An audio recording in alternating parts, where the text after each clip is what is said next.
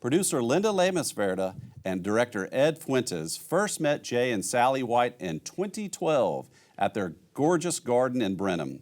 Chris Corby, founder of Texas Gardener magazine and a friend of CTG, recommended them to Linda.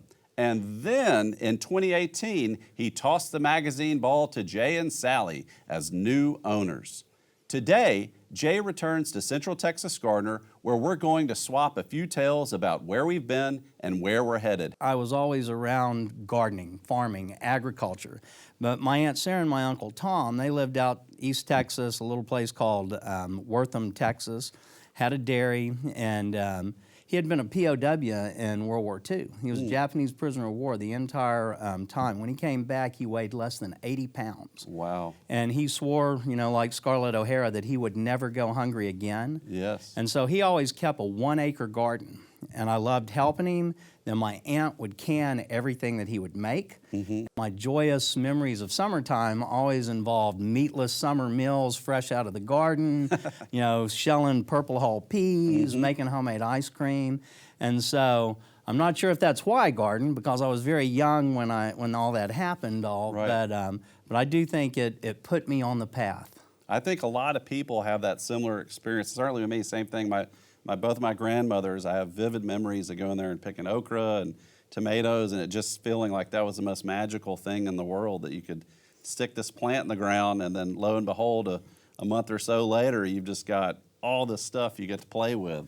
We have friends that come visit us, and you'll understand this. We have more urban friends that come visit us in the country in Brenham, and they'll walk around in the garden, you know, and they'll just be picking, and they'll fill up sacks of food. And like when peach tree season comes, and they're walking around with 5 and 10 gallon buckets of peaches, they're just amazed at how much food, you know, homeowners really can grow. Of course, Texas is a little tough to grow depending upon where you are, and it definitely has its curveballs. And that toughness to grow, I mean, that's really where Texas Gardener came from. Okay. I mean, the man that started Texas Gardener and that Sally and I bought it from was Chris Corby, started in Waco in 1981. Okay. And at that time, he actually worked in the publishing industry, which Waco was big in at that time, and he was an avid gardener from South Texas, which is even, I'll say it's as equally as challenging as here. And he was frustrated because there were no gardening manuals or magazines available at that time, not just for Texas, but for the whole South. So he and his wife, Deborah, started it in November of 1981. We love social media. If you want to follow us, Texas Gardener Magazine on Instagram and Facebook. We put out constant garden tips and everything. Well, let's talk a little bit about how this has resonated with gardeners. When the magazine started in 1981, I think it was a complete different landscape for the home gardeners. At that time, you know, lawns were big, bedding plants were big, and I think the average home gardener was, what synthetic fertilizer do I put on my green lawn? Right. And then they wanted to know what chemicals I could spray to kill my bugs and my weeds. Right. Both of the big changes that we're seeing happen, you know, in the gardening industry are related to, I think people are realizing that we need to take some special care of our environment. Right. So one of them that's changing is just a general desire to be more gardening, earth-friendly gardening, okay? Right. So homeowners now, you know, instead of looking for what fertilizer do I put out and what do I spray, one thing that's really big is gardeners are embracing soil health.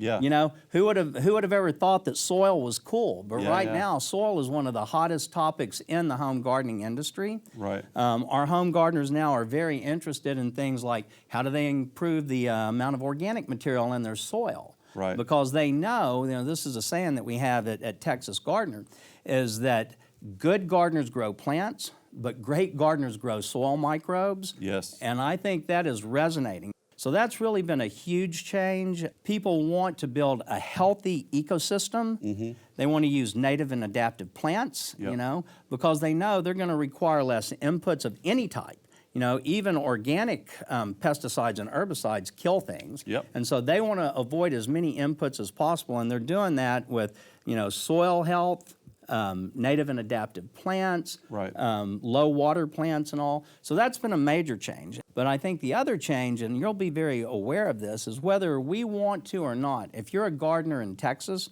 over the next 10 or 20 years, we're all going to have to learn to be a low water gardener. Yes, sir. And the reason is, I tell people, all these people are moving to Texas. Yep. My advice to you, if you're moving to Texas and you want to garden, you need to call the AgriLife Extension Office in your area or the water board in your area and find out what, if any, water regulations are in place, watering restrictions. Because as you know, that if your dream house in Texas has a big green front lawn in front of it, then you don't need to move to Austin or the San Antonio metro area, Right. because y'all have got severe watering restrictions that have been in place for years, Right. and are probably not going to go away anytime soon. Yeah, and I think that's a big note is that, in the past when it was so lawn-oriented, we didn't have the population numbers, we weren't having quite frequent drought.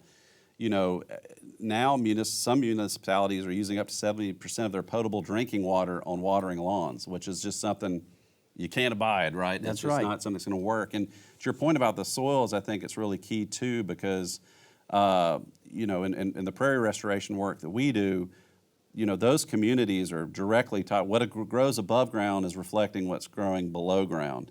And we know that can take up to 40 years before you get what would be considered sort of a mature soil ecosystem in there. So that's really, really wonderful to hear. And I think some of that, it's not just a trend though, it's being driven by these pressures, right? There's nothing, if it's going to be drought, no matter if you want to do that, you can't do it. How do you think that gardeners are making a difference in ecosystems and how people perceive our landscape? So Sally and I believe very passionately that gardening matters.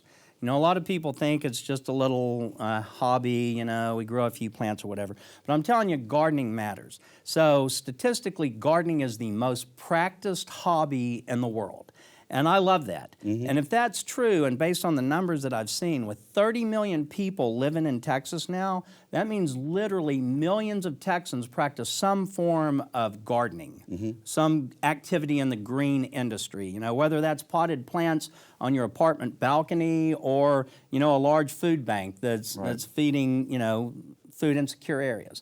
So gardening does matter, and it matters for your mental health, it matters for your physical health, but where I think gardening really matters is that if there are millions of us doing this, if we can all find each other, get together, share a little, learn a little, talk a little, if we could all get together and agree on some things that we were all going to do. So let's just say water collection, Sally and I are big proponents of water collection. If we all put in a rain barrel, or put in a little cistern on our property. Just think of the rainwater that we would capture, stop from running away. Or if we were to all plant native milkweeds in our yards, to help the butterflies as they migrate. With millions of people doing it, if we could all work together, we could make meaningful impact on our communities, our state, our country, and even our world. Absolutely. To your point, I think Mrs. Johnson always said the environment is where we all come together. And in a time where there's a lot of vision right now, gardening offers that opportunity for us to come together and build that sense of community. So thank you so much for coming and sharing a little bit about Texas Gardener. I wish we could talk forever, but we really appreciate you being here today. Well, thank you, John. It was a pleasure.